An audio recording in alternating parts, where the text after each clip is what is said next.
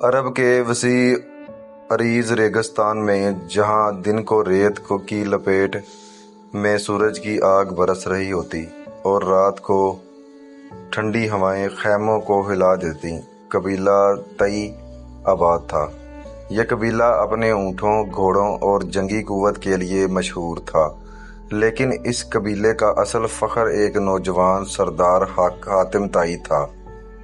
حاتم طائی کی شخصیت کا عجب جلال تھا، چہرے پر مسکراہٹ، باتوں میں نرمی اور طبیعت میں ایسی سخاوت کہ دوست دشمن سب اس کے قصیدے پڑھتے۔ ایک دن بچپن میں حاتم طائی کو اس کے والد نے اونٹوں کا ریوڑ دیا، اسے چرا کر واپس لایا۔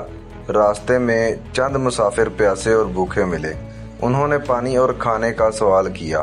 حاتم طائی نے جھجک کے بغیر اونٹ ذبح کر کے ان کو کھانا دیا اور باقی اونٹ تقسیم کر دیے۔ جب وہ خالی ہاتھ واپس پہنچا تو والد نے غصے میں آ کر کہا، یہ سب اونٹ کہاں گئے ہیں؟ حاتم طائی نے سکون سے جواب دیا، ابا جان، یہ سب اللہ کے بندوں کی بھوک مٹانے کے لیے تھے اور میں نے لوگوں میں بانٹ دیے۔ والد حیران رہ گیا، لیکن دل ہی دل میں جان گیا کہ یہ بچہ آنے والے وقت میں عظیم انسان بنے گا۔ ایک بار ایک اجنبی غریب حال شخص حاتم طائی کے خیمے میں آیا۔ اس وقت قبیلے میں قحط پڑا ہوا تھا اور کھانے پینے کا سامان کم تھا۔ حاتم طائی نے اس کے لیے تازہ کھجوریں منگوائیں، گوشت بھونا اور بہترین قالین پر بٹھایا۔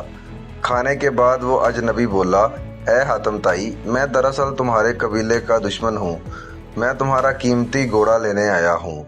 حاتم طائی نے ہنستے ہوئے کہا، مہمان بن کر آئے ہو اور سوال بھی کر رہے ہو؟ اگر تو دشمن نہ ہوتے تب بھی گھوڑا تجھے دیتا، جا یہ گھوڑا تیرا ہوا۔ یہ واقعہ یورپ میں پورے عبر میں پھیل گیا۔ لوگ کہتے، جس کی سخاوت دشمنوں تک پہنچ جائے وہی اصل حاتم طائی ہوتا ہے۔ ایک رات 3 مسافر صحرا میں بھٹکتے ہوئے حاتم طائی کے خیمے تک پہنچے۔ بھوک سے ان کے چہرے زرد ہو رہے تھے۔